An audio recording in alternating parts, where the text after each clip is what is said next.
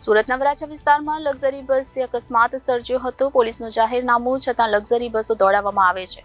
બસ ચાલકે સ્ટીયરિંગ પરથી કાબુ ગુમાવતા અકસ્માત સર્જાયો હતો.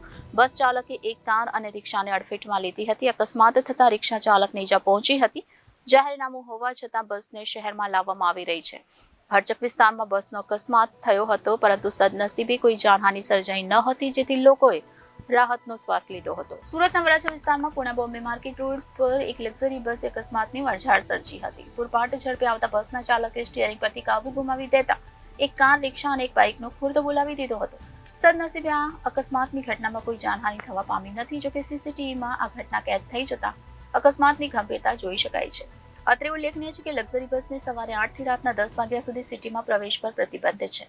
સુરતના વરાછા વિસ્તારમાં આવેલ પુના બોમ્બે માર્કેટ રોડ પર જય ખંડલ નામની લક્ઝરી બસ પૂરપાટ ઝડપે આવી રહી હતી. આ રસ્તો સતત ટ્રાફિકથી ધમધમતો હોય છે. દરમિયાન બસના ચાલકે સ્ટીયરિંગ પરથી કાબુ ગુમાવી દીધો હતો.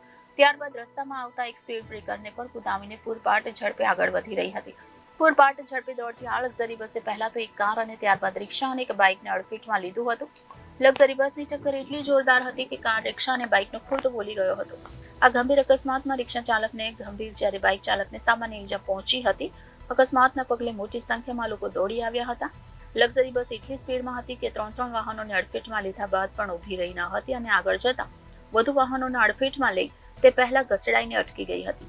અકસ્માતના પગલે એકઠા થઈ ગયેલ લોકોએ બસના ડ્રાઈવરને પકડી પાડ્યો હતો. ડ્રાઈવરે જણાવ્યું કે બસની બ્રેક ફેલ થઈ ગઈ હતી. Reporter Hitesh, Prajapati Janadesh news, Surat.